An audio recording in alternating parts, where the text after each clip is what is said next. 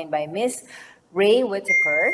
She's an architect, and so we will be discussing the field of architecture for this episode. Can you please give some greetings to our viewers, Miss Ray? Sure. Hi, everyone. I am Ray Whitaker. I am a registered architect in New York State and also New Jersey. Okay, thank you so much for giving us your valuable time tonight.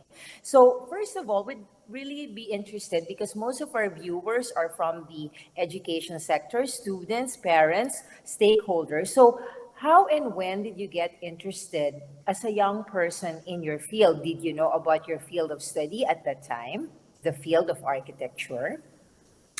I was always an artist, a Mm-hmm. painter, a drawer. Drawer, yes. Yes, I always colored. I was always a kid that was interested in drawing and anything art, anything artistic. And so it was I have a very natural, organic, streamlined Mm-hmm. childhood as in terms of art and architecture. So it's kind of boring. Yes. But Yeah. the visual arts, like, were you more of a visual learner? Like, you were really so Yes. interested to learn things visually? Oh my gosh. My reading skills were terrible. Really? They were awful. So I would pick up a book Mm-hmm. and look at the pictures and never want to read. Mm-hmm. My reading comprehension was terrible. And I have to emphasize how important reading skills and to be able to sharpen those skills as a child, they are so important because it hindered me. Mm-hmm. Really? Just being very visual, it hindered me because that was my only way of communicating was really through graphics and art and pictures and drawing. And I really shied away from reading comprehension, anything verbal or written.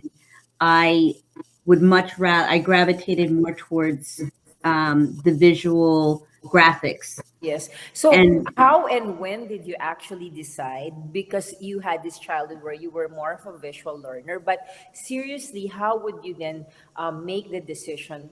Could you remember when and how you made the decision that you wanted oh, crystal architecture? clear. Yes. Crystal clear. I was always in the art department of my elementary school, my junior high, my high school. I was always in that art wing, Yes. and the art department always knew who I was, and they always followed me. They were always watching. They guided me, Mm-hmm. and they took me out of. I really thought I was in high school. Mm-hmm. I really thought I was on a path of graphic art. Mm-hmm. And one of the teachers pulled me out of it and said, I want you in my class. I am doing architectural drawing and design, Mm-hmm. and I really think you will love it. Mm-hmm. And so And you they did kind decide? of just they took me and Mm-hmm. they guided me, and they were just amazed by my skills and my enthusiasm. And Mm-hmm. I took it like it was something new and refreshing, and I flew with it. It was like, just give me the ball and I ran. Okay. So from this experience, what you were saying, like, it wasn't until really high school that you found like about this world of possibilities in terms of like a field of study. So what sort of like skills, competencies, or even experiential learnings could you give advice to young people to have to be able to really find out if that will be something that they could really do seriously as a career? Oh, just you have to follow your heart. It was real. So somebody turned me on to this, right? Of Yes, architecture. It was exactly. Like in high school, right? yeah. They kind of just presented it to me, and Mm-hmm. I loved it and Mm-hmm. adored it. And the minute they showed it to me, I just I just took hold of it. And then I was exposed. I don't know. I was looking through the New York Times. I was in high school and I saw this ad for design studios in Manhattan. Mm-hmm. And I said, Mom, I want to do this. They're for high school students, and it's affiliated with Pratt Institute, which was the college I ended up going to. Yeah. And it was just a very natural, streamlined thing. So my mom was like, yeah, why not? Go check it out. And it was on the weekend, so it didn't interfere with my studies. So it was like 12 weekends in a row. Mm-hmm. I met amazing people. I met Pratt alumni. I was introduced to real architecture, courses that like we did exercises that they did in college. We did that in these high school programs. Yeah. And it was fantastic. So I was just so enthralled by the whole Experience. thing of architecture that after these courses, Mm-hmm. I was already in my, I don't know, going my 11th year of high school. So it was like a natural thing to start thinking about college. So then I immediately applied to Pratt. Mm-hmm. I had an amazing portfolio because of my graphic art and these design studio courses. Mm-hmm. So it was an easy win, Mm-hmm. you know. Yeah. So I think this is quite important for like young people when they're trying to kind of explore and decide what it is that they could actually have an interest in, and at the same time have the aptitude, because I think that's what you exhibited, right? You always had this interest in the visual arts. Always. And then you were able to find the aptitude. Like, you didn't exactly know about architecture at that point until you had this like amazing experience that you were describing to us, right? So when you ended up in actual like the course of study of architecture, how then did you decide what kind of career trajectory you were going to be? I'm sure this is like general. So what particular sort of architect you wanted to be and the kind of work that you wanted to do? That's a great question, because I started out my first 5 years in architecture. I started out with institutional work, hospitals, libraries, schools. Was it something that really interested you at that point? No, it was a great job. I had amazing experience. You know, you're just getting your feet wet, and you're getting a paycheck, Yeah. and people are asking you to do these things, and then you're just thinking, you're like, oh my God, people are paying me to draw. Oh, yeah. And that in itself was like really cool. Because as a child, nobody paid you, right, to draw. Right. But not only that, I'm doing something I love to do, and I'm good at it, and they're paying me. Okay. That's just super cool. Right. So, Yes. but after about 5 years of doing institutional work, Yes. it's so bureaucratic. It's not, you get a lot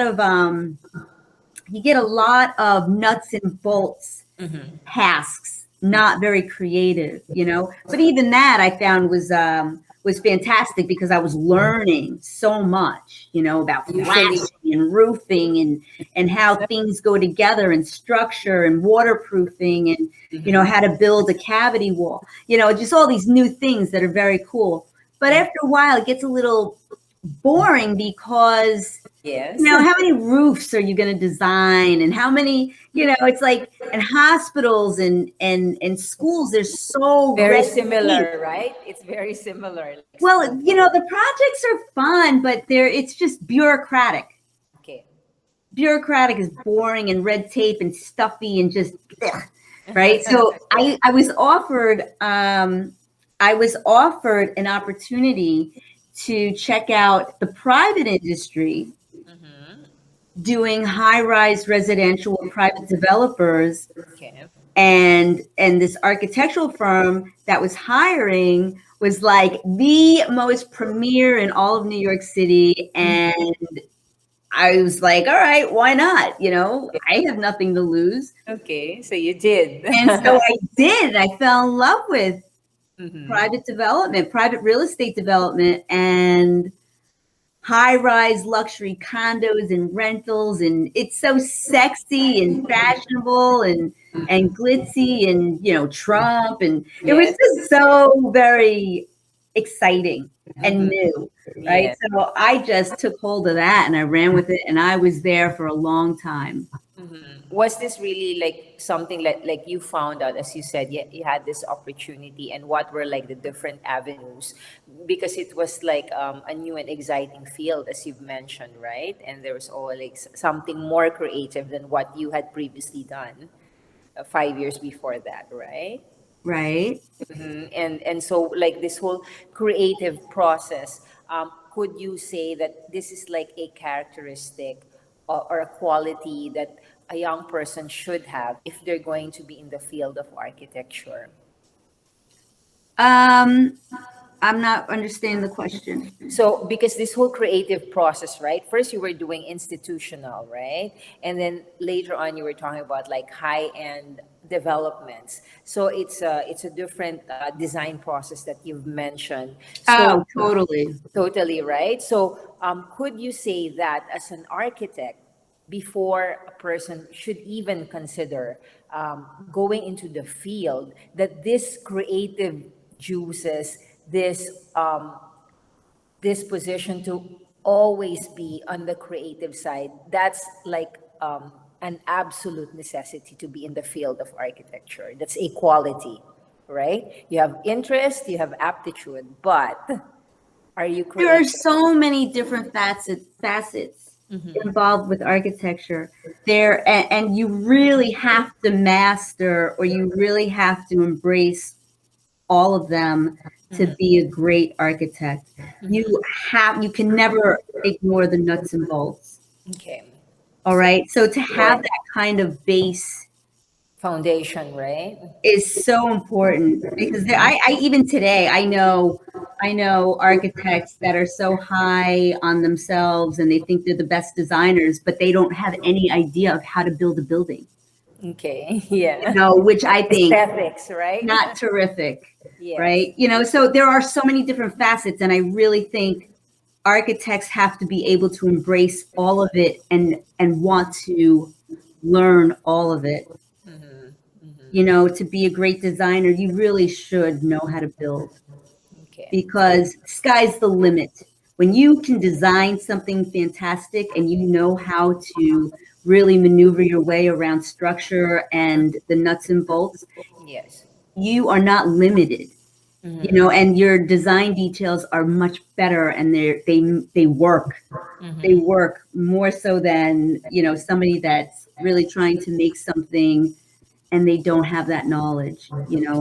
Yeah, so I think that's very important, because then we young people have to understand that they really have to have that foundation, as you were saying. Yes, you could be have the aptitude and be creative and be a visual learner, but it's not enough. Like what you were saying, you really have to know like the foundation, the structure, because it's got to work eventually, not just be It just pieced makes you a in. better designer when you have that kind of foundation. Really it makes a difference. Yeah. So with that experience, and as you were saying, right, understanding what is really like the foundation of architecture, but also having this amazing creativity that you have, how then did you make the transition from the field of architecture and as a practitioner to entrepreneur? Because now we're talking about a company and putting up a company.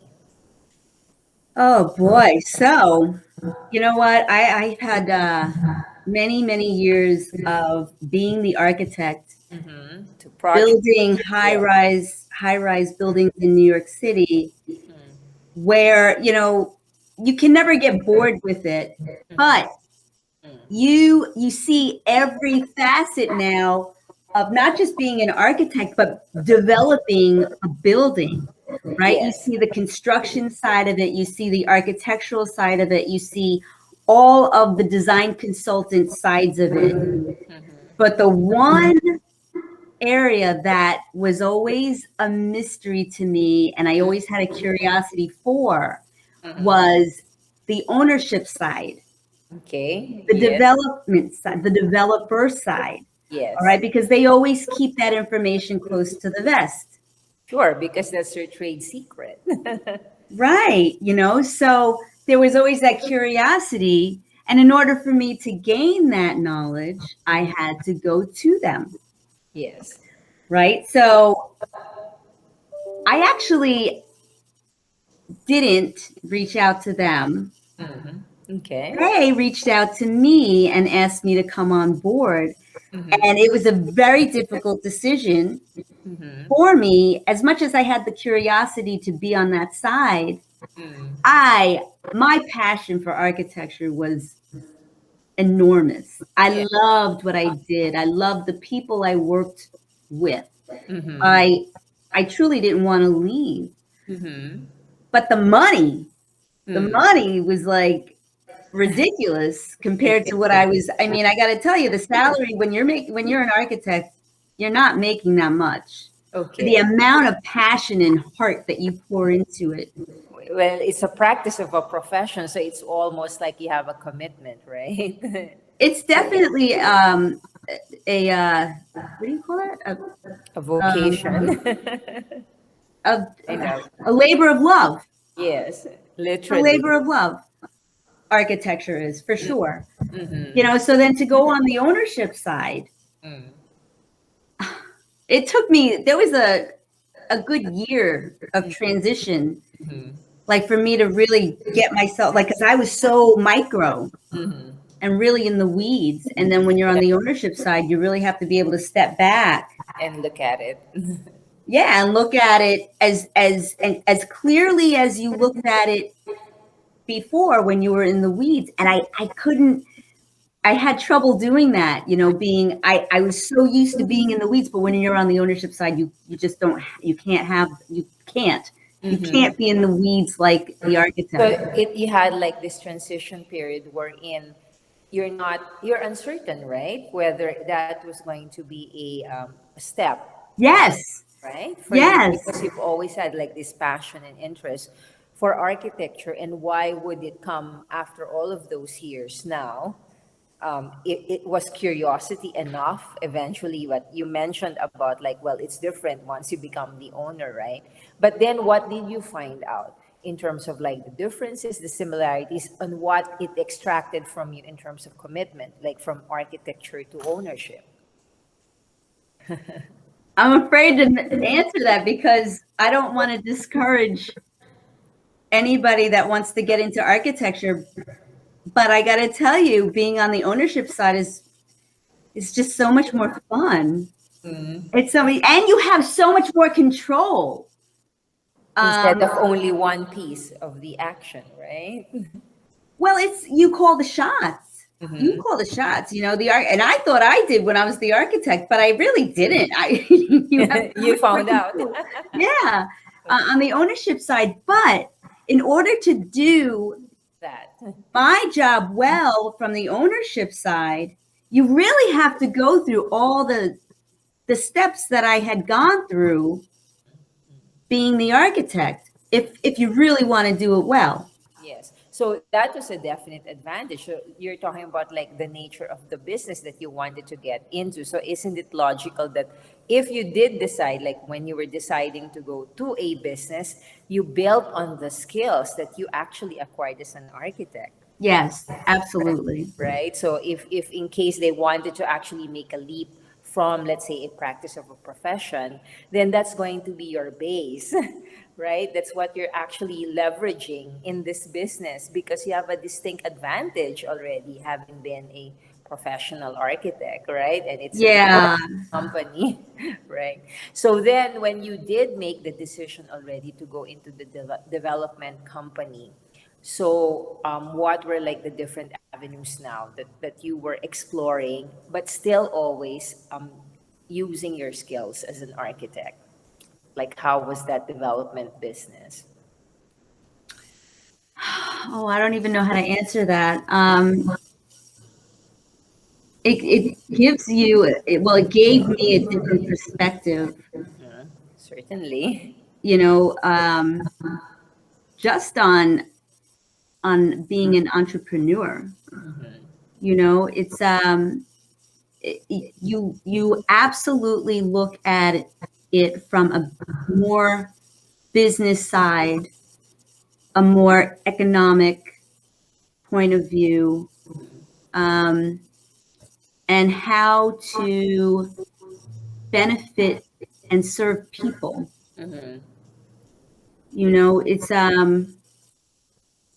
It's it takes you out of, almost like it wants to, there's a psychology behind it, Mm-hmm. you know, about every aspect of everything, like a product. Mm-hmm.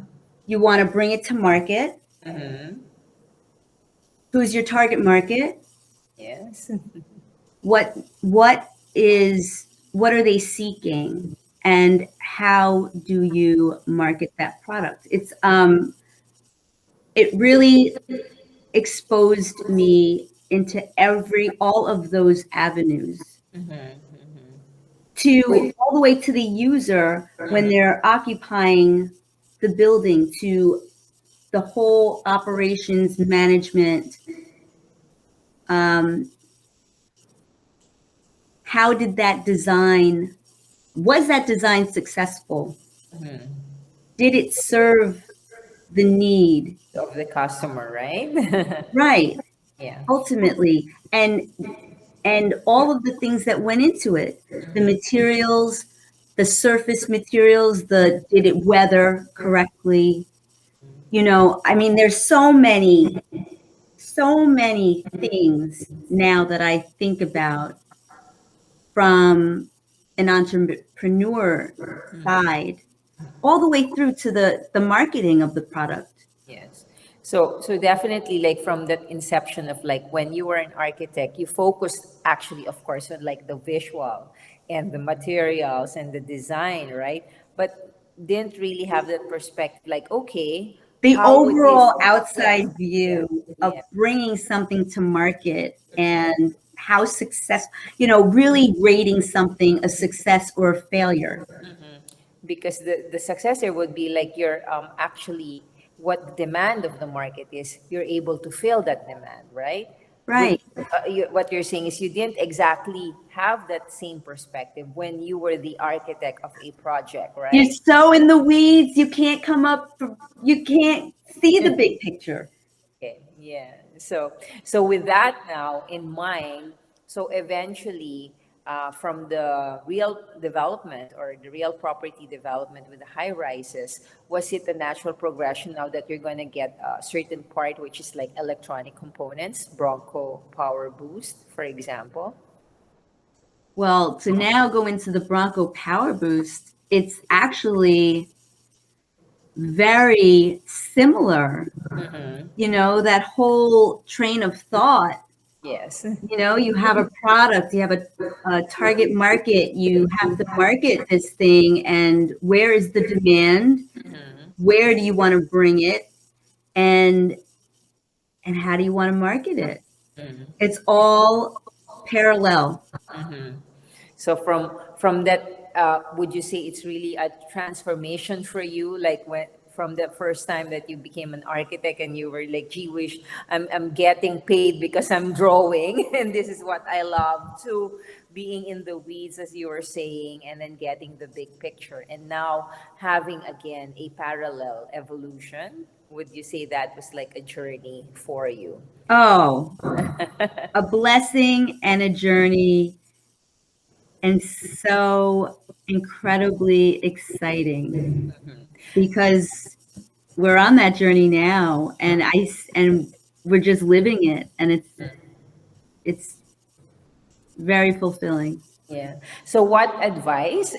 I think this is the last that we can ask you. So, what sort of like advice can you give? Like, we're talking to young people here, and we're trying to give them like some counsel to think about like what particular careers they might be looking at first from the beginning of like what sort of studies you might actually do, to what can you actually do in terms of their attitudes, the kind of experiences that they should be seeking, or opportunities that they should be exploring, in addition to the skills and competencies you think they should have. I think, as for a young person, they should explore what they think their passions are, Mm-hmm. what they enjoy doing on a day to day, as a hobby, what truly brings a twinkle to their eye, you know, to really explore those things before just thinking about a paycheck, Mhm. just thinking about what's a secure job. I think I would recommend really exploring what you think your passions are and follow those first. And then when you think you can identify them, research in those veins what makes good money. Okay. So that comes later because you're still trying to explore, right? As a young Yeah, person, there's like a world that you need to actually like find out what it's all about, right? And then maybe make those opportunities happen for you, money wise. absolutely. Hey, money is never a bad thing, but it shouldn't be the most important thing. Okay. Well said. I think so. Well, thank you so much, Ray, and I hope that we really enjoyed like your journey that we've been talking about, and I hope that you had fun recalling. I really did. I enjoyed our chat. Yeah, Thank you, this April. thank you so much. So we're looking forward to meeting you again. And definitely we look forward to working together with Bronco Power Boost. Okay? So stay safe and stay healthy. So we'll be right back. Thank you so much. Thank you.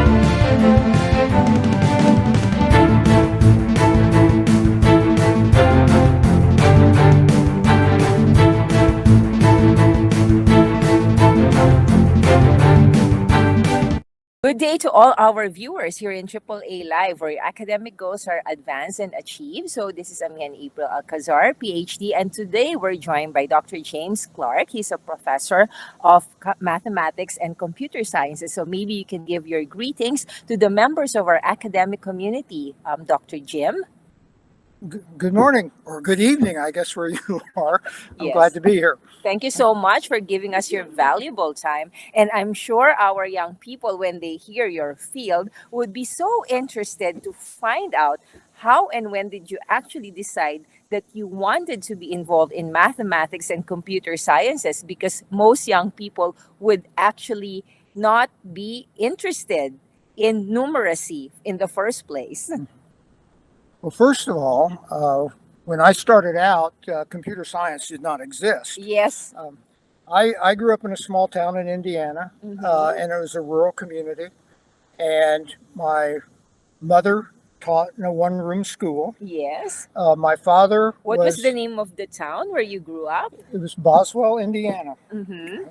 Uh, my father was the first college educated in a family of 6 children, 5 brothers and 1 sister. And he was the first to go to college. Yes.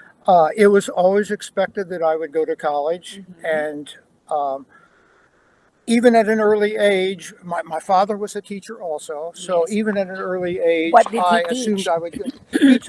He was a history teacher, and Yes. he also coached athletics. Yes. So my favorite subjects in high school were mathematics and history. And I always thought I would be a teacher, although originally I thought I would be a teacher in high school. I went to a liberal arts college in Indiana, Yes. and there I took a variety of courses, which is the right thing to do in a liberal arts school like that. Yes, exactly.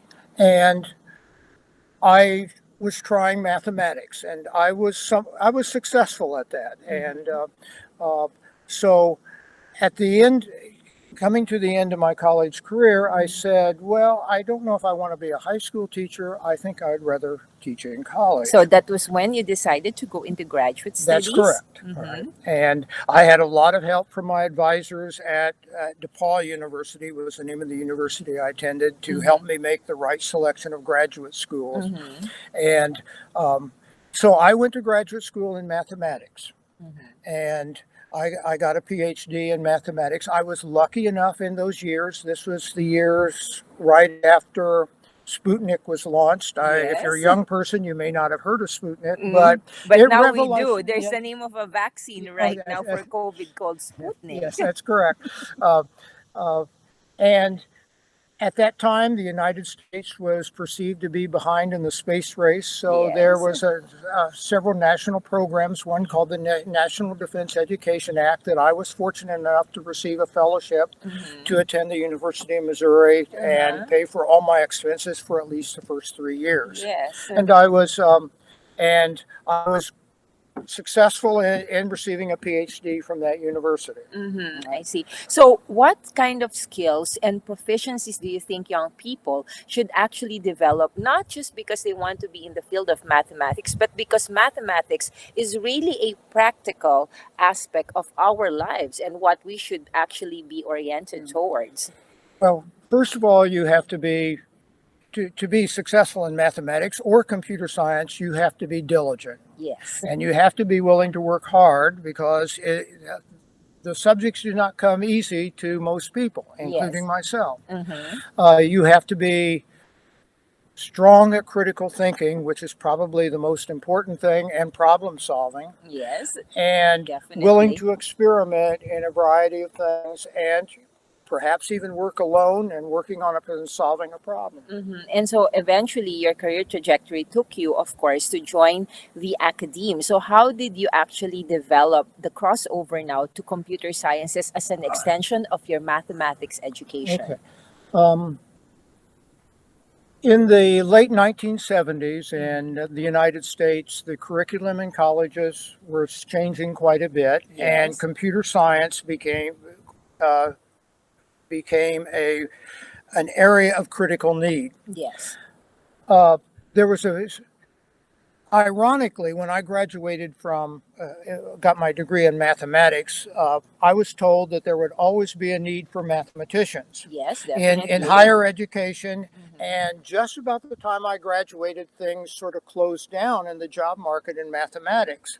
Was But that things correct? were booming in computer science. So Yes. I changed colleges in about 1978, and I came across a summer program at the University of South Carolina to retrain people to become what they were hoped to be as computer science teachers. Yes.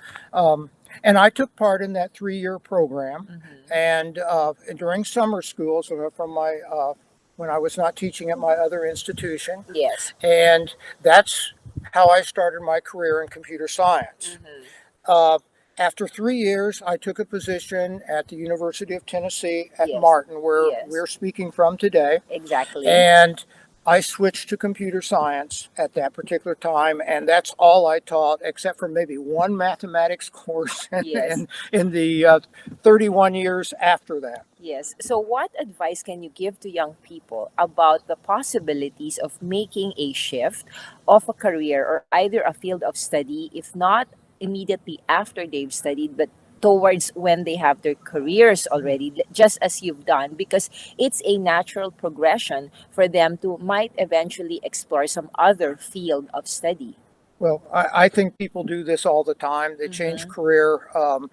Maybe it's probably a little bit more rare for somebody to go people go from college teaching to business and Yes. back and forth. Yes. So I think it's just pretty much a natural part of being alive that you change when the time comes if you have another interest. Yes. So I think definitely our takeaway there is that in our lives, we can be lifelong learners, just as you've done with the trajectory of both your career and your Sure. profession. Then we could always learn what we don't know and pursue that eventually. So maybe you can give like some parting words now to our viewers about what you would like them to be encouraged based on your field of study and the career that you have undertaken. Well, first, I would encourage you to be open to anything and learn as much as you can in as many different disciplines as you can, because Yes. you never will know when you will need it Okay. or use it. So even math, definitely, we have to encourage our Yeah. students Yeah. to really, if possible, be tolerant of math. Oh, math teaches critical thinking, and so does computer science and Exactly. logical thinking. So yes to that. Um, the other thing I would urge you to do is experience other cultures as much as you can. Yes. An absolutely fundamental change in my life occurred when, as a student in undergraduate school, Yes. I had the opportunity to study in Germany in 1965. Yes. And that exposure to another culture Yes. changed my life trajectory tremendously. And that also happened during the time of your impressionable age. As you mentioned, you were still an undergraduate student at that time. That's correct. Right. Yes. And so take advantage of any opportunity to experience other cultures, to basically learn anything, even outside your own preferred area of discipline. It will increase your life manyfold. Yeah, so any knowledge is always informative to us and gives us the experience and exposure that we may require in our lives. So again, thank you so much. It's been an honor. Dr. James Clark of the University of Tennessee Martin. So thank you for your time, and